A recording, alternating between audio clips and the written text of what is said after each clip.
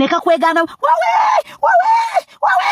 kati no sasira fa abazaalako tugenda kwekweka wa wawe akasajja myaka 3 nga kakuli mmagulu bweka kununa emimwa jako kalabiko okubaga kanuna n'ebitundu by'ekyama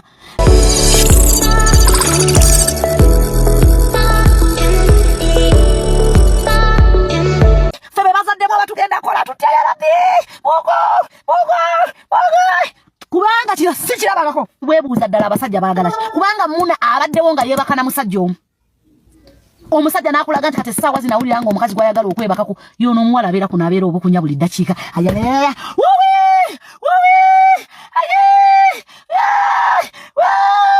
kati nosaasira fe abazaalako tugenda kwekwekawa kubanga noonya we twekukuma abazaalako mama wakyambuze omusungu omuzina gw'omusajja ogutanakomolwa nakukomolwa ne gukutuulako ku media ogerangako lunaku lumu nti mu relationship n'omwana omuntu yenna bw'aleeta vidiyo oyo nti ndi mu relationship n'omwana oyo ngenda kuwa ssente. I've never said it online ne bwe kiba ki ng'ovudde ku content gwe twakola siyogerangako nti mu relationship. I've never said that. ninga jjajja Ichuli kimanye nti jjajja Ichuli kati aminye ku mutwe njagala osale vidiyo eno ogitereke nego baka proposingira mu myaka 5 okuva kati bagenda kujja wano bagambe nti ge wateeka mu ssente ezaba twala out gye mwali mulagano oyo omusajja kino nkikukakasa bajja kikugamba. These social media men are motherfuckers. Era bw'oba manyi nti mu byonna bye muli mu kukola akasajja olina ssente z'oka wangu olina ky'oprovinga ku media. Young lady, stop this. Stop this. Let the man put in money to assure his love to you. Nze chicha nemeseza kyokka okufuna omusajja butateeka mu basajja ssente. Abasajja bajja ne bankwana fine naye babeerawo ng'ayagala kunjogeza naye nga tampa ssente ze sisa kwogera nayo kumala nnaku 2 nga tonteereddeeko ssente ku mbaavu. Ogenda kuŋŋamba ki?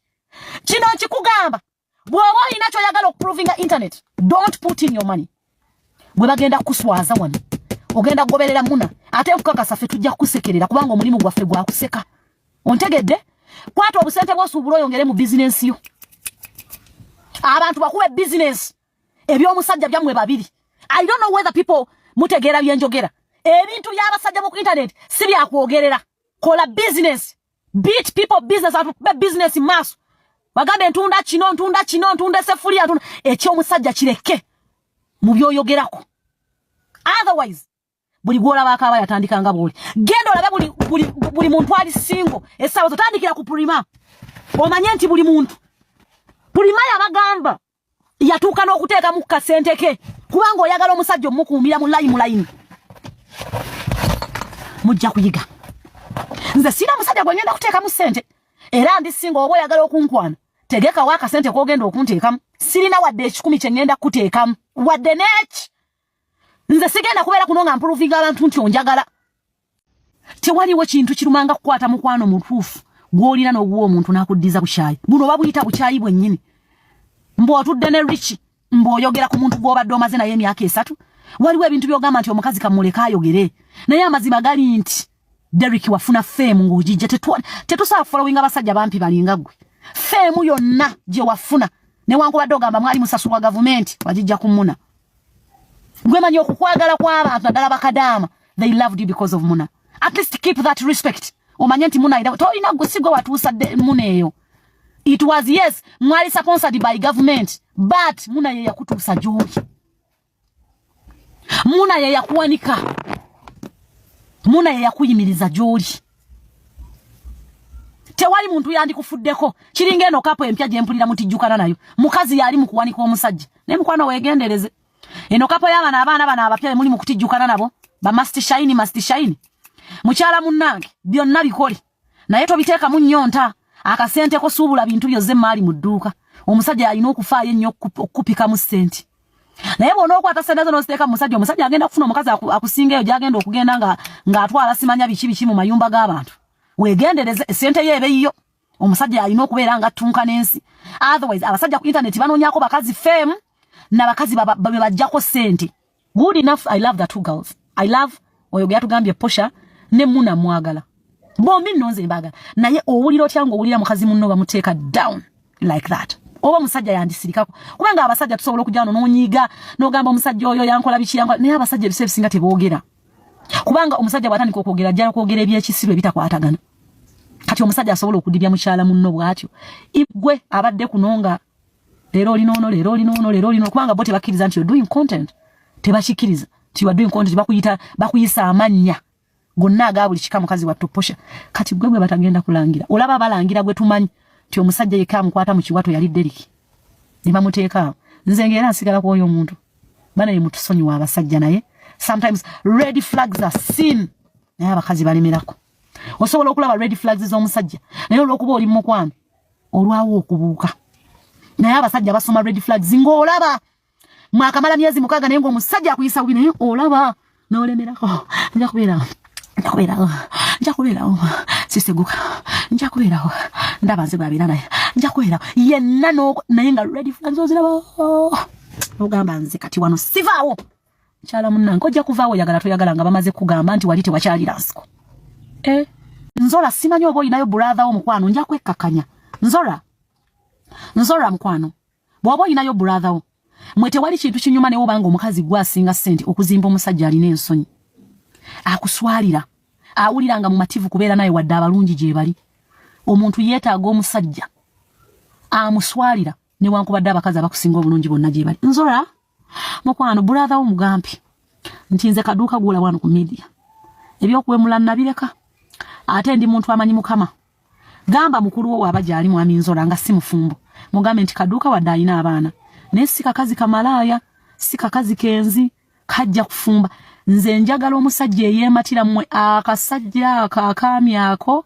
omwo mwe kalungiira kanzora ako kubanga akasajja katini kewe ekitiibwa kyotasobola kusinkana ne mbasajja abakulu abalina ssente the guy respects himself ate ajeewulira oyinza okulowooza beba n'abagagga b'oku kibuga dhamma omusajja wo gyakoma okwematira gyokoma ne woba olina ssente gyokoma okuzimuteekamu ekyo nkyogedde mujja mu nkube n'obeera omusajja nga yeematira bw'atyo ssente zo zonna azikumalako kubanga omanya what is my man he respects me he loves me he's respecting our relationship kati ovako oyo ogenda kwagalana era Fibi yakwata ekyapa kiri mumanya era Fibi kanya kusaba alina ekyapa mu manya mwe temanyi we kintu wekinyumanga kuyana musajja nga he is yours he's your man nze ntunulira Fibi ne bawe nempulya ngamba wow tekiri ku ssente gye mukomo okukwatagana n'obutakola bwenzi n'okwekiriza mu Katonda gyakoma okuba omukisa gwa Fibi si gwa bwenzi bakkiriza ne bamanya nti balina kubeera bonna beegatta babiri Katonda blessinga beegasse babiri ate nga bali kimu kati Nzora ne Fibi teri asobola bakomya only death nalabye ne Deriki agamba mbu tewali video ng'agamba nti ayagala muna nga nagira anti era olaba bagikola n'alani kuluzi olwo bali bagenda kuba wa ssente yakugambye buli video gy'olaba yali nsinde okimanyi nti abo ba YouTube bali tebagwa Dubai nga muna ne Deriki bali wano ani yabawanga ssente za ticket ani yabasasuliranga hotel we basulanga bali tebakola nga tebakyajja bagamba Deriki yalina bashuga mami eyo UK nga be bamuteekamu akasente kati gojja kukkiriza mpola nti kituufu Deriki bye yabagambye abo ba YouTube bano bajjanga babiri divorce nga ajja n'oyo Alani Cruise oluusi nno nga bajja basatu next before bona buli muntu asula mu hotelo ye balina okulya okunywa be baleetanga akasente ka state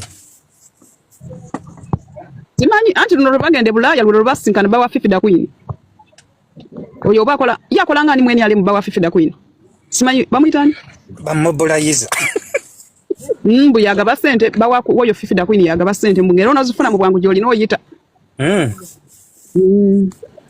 lwakuba teyemanyiriza bukakyere kati ono nkolongo ntwe yapusi abaho alina agenda ggulu wano bwe balinga e Uganda yatamiiranga n'akeebakako naye bwe gali amagumba gamuna gafumita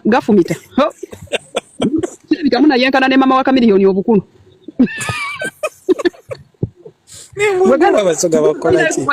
muna talinayo kifaananyi kimujjayo nga muwala wa myaka 23 buli kyalina kya mama wa Kamiliyoni byonna bikulu aliko amagumba mu bulago neweyanikako engoye zikala nze bwe nalabira nti Deriki yali tayagala muna mugende mulabe ekifaananyi kyesinga okupostinga nga bagenze ku lyato muna amabeere gali mu kiwato tagaleze gonna amabeere gamusinga emyaka 7 mu maaso ayambadde akantu kalaga amabeere gwenako mutegeera si yali akoze biggeero ng'omutwe ogumulinga kisuusu eka bwaggwe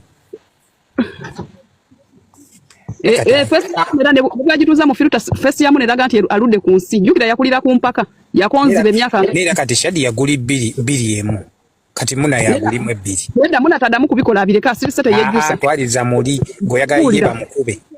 Abireke. Muna talina tasobola kuyombagana na Derek. Ekisoka Muna alina ekiribu. Okitegere?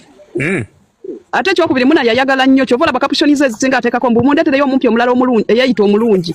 Yayagala nnyo. Nego Shadi yakimanyi taba kuba Muna singa Derek teyagenda eyo gye bali. Muganda wange todanga Muna kwogera bwoti buli kimu kituukawo ku lw'ensonga. Era gane kubeera Derek Muna teyali tuse Dubai. Nakyo kyongereko. Ekyo kyo kituufu kuba no yali tuse Dubai yali tagenda kujja kulaba David International yona amubba. Nze kyenyizo David International nawe alina mukyala we. Yali tanafuna mukyala we twaliza muri we beyagalira ne Muna. Mukwano bali beyagala. Nati nenga tanakikakasera nga unagamba ati kati ono ye mukyala wa. Mbotana kikakasa okuvadde kiri kimuntu naye kirabika omukazi tamwekakasa kuba nero twamu posting yajanga atwegayirira nti mumujeyo bwe twagana n'atuweebiddooka.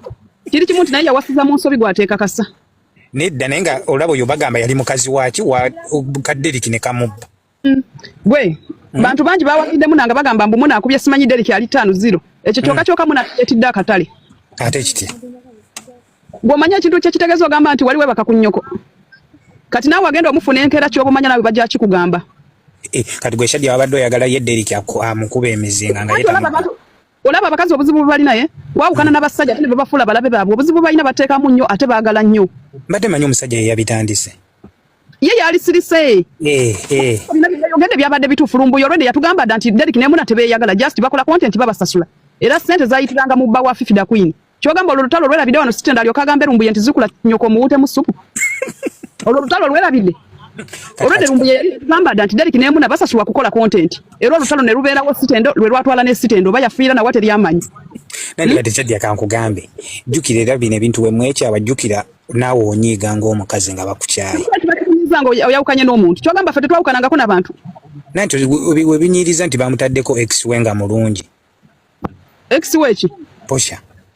Posha ne Derek tebeeyagala. Just Derek akozesa Posha kulumya Muna. Tebeeyagala. Kiringa bonola abantu yawukanye ne mukazi wono ogenda ku Facebook nojayo muwala anyirira n'omupostinga n'omubika face olumya ex wala okuba yakula bubi. Kati Derek kyakola Muna. Naye nga tebeeyagala. Omuwala Derek gwayagala. Babeera naye yennyini bamuyita Brenda.